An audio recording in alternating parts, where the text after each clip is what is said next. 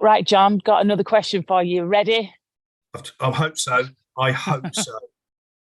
No, I had this yesterday where I took my three dogs to a lovely dog park. It's enclosed, very responsible, lovely owners. I'm really lucky. There was one particular lady who was there with her dog, medium size, mixed breed. It seemed a nice enough dog. The lady, though, was on her phone and didn't have eyes on her dog at all. uh, was just in her own world. And so I clocked that. And I just want to make sure that Pip just has positive experiences at the moment. And this dog wandered over. Well, it nicked Daisy's frisbee for a start. And then it came over sniffing round. And I was saying to the lady, excuse me. She's on her phone. Excuse me, can you call your dog? She's on her phone. Meanwhile, I've got steam coming out of my ears. So I just wondered, sometimes you do meet dogs or owners that aren't great when you're at the park. How do you deal with situations like that when you don't really want a random dog coming over to your little space? How do you get your dog out without transferring to your dog any feelings of panic or annoyance or like, being a bit scared, especially if it's a big one? Right. Okay. Steam coming out your ears. Totally, totally understand it. And especially in urban cities and built up areas where there are smaller, greener spaces for the community to use. It's very, very stressful, I think, because we do our best to do what's right. However, we've got no influence on managing other people's decisions or actions and all of that kind of stuff. And it is incredibly frustrating when you're trying to train your little dog or you're trying to teach your little dog something, and your dog's on the lead. Well, why isn't your? And there's so much stuff all over social media at the moment, and as dog trainers, we are trying our best to get the word out there to the world. If your dog does not have an effective recall, or your dog is antisocial, or your dog is overexcited, or your dog is, too boisterous when playing, do not let it off of the lead. It is Yeah. that simple, and people are struggling to understand it. I'm not sure why. I don't know if Facebook or work emails are more important. If you're busy, do not take your dog for a walk until you are not busy.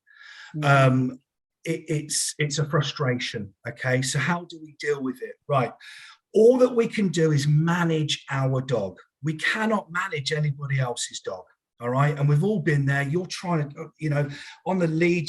Oh, Pips, and this stranger's dog is circling around your legs. You're all getting in a tiz. You're getting knotted up. You're trying to do your best to manage it. And as you quite rightly say, if the person isn't on the phone, all that we usually get is, it's okay, it's friendly. Right. Yeah.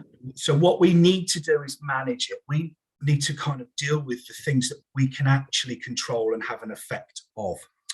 So the best way that I found using is to redirect attention. And likewise, no one's perfect. Our little Yeah. dog one day may wander off to somebody or may get distracted. Nobody is perfect in this, but Yeah, 100%. Daisy's stolen balls. Sometimes yeah, she's stolen two balls this, at this once. I is mean, this is she's no not angel. an attack on anybody, but this is just No. a common problem that a lot of people are struggling with. I think So people are busy and they're trying to multitask when they're walking their dog, which is to be your on the phone. Sometimes I'm tempted to ring my mother, but any yeah, any excuse to get out of that. No, I'm joking. You watch your mom.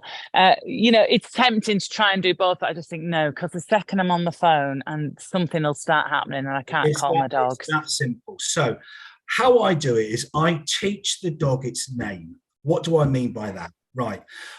We want the dog to look at us and give us eye contact when we say the dog's name.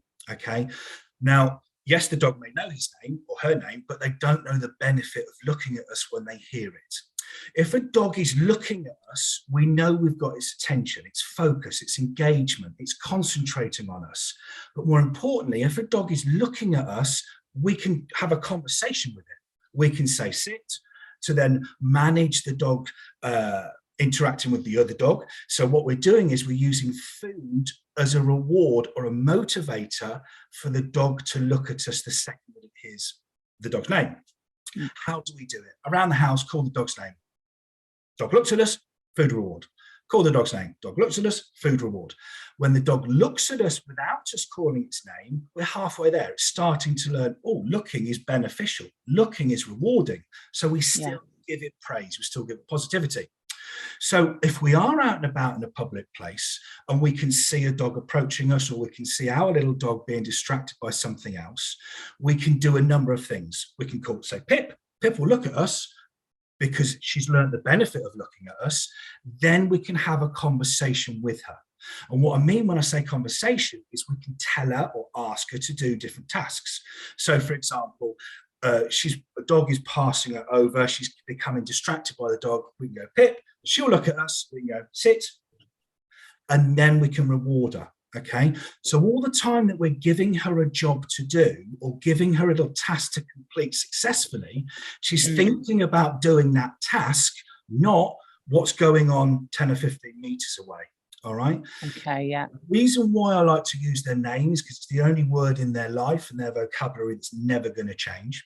It's very, very low key. You don't have to shout it. You don't have to put a silly voice on, but more importantly, you don't have to remember a specific word of command of, oh, what do I do in this situation? Say the name. She will look at you. You then have the opportunity to engage with her because she's learned the benefit of looking at us. Yeah. Then we can either move her away, we can redirect her, we can get her to sit, lie down, wait, or whatever. Now, then that leads us on to treat delivery. Okay. If we've got a little bit of kibble or a bit of sausage or whatever, we go, Pip. She looks at us, sit, she sits, put the treat in her mouth. Very, very quickly, we've lost the control because she'll go, thanks, mum, go back to looking at what the distraction is, or she'll go back to watching the dog or looking at the oncoming dog that's approaching us. So keep hold of it. So put it in the mouth and keep hold of it. So she's licking it, she's nibbling in it. She all the time that she knows we've got it, we can hold her attention and hold her focus. Now, this is key. While the dog is circling around us and we're looking... Yeah, I was going to say, because what's happening, if the dog is, Exactly. We're looking for the in owner. the mix. Oh, here the owner comes over the horizon. It's okay. He's friendly. All the time that their dog is being idiotic, doing what we want to do, our dog is sat up nicely, looking at us, licking the bit of sausage that we've got in our hands. Okay. So be very, very mindful not to give your food rewards up too quickly. Use the power of having it to prolong focus, prolong and extend an engagement to allow the idiot of a dog and the bigger idiot of an owner to come and get the idiot of a dog and put their lead on and walk off like an idiot would do with their tail between their legs. Okay. You held your temper throughout all of that, and then you lost it at the last second. No, I'm with you. I'm with you. It was bubbling out it came. Sorry. It was good. It was good, though. It was good. Get the point across. I think you're right. Okay, excellent. All right, that's helpful. Thank you very much.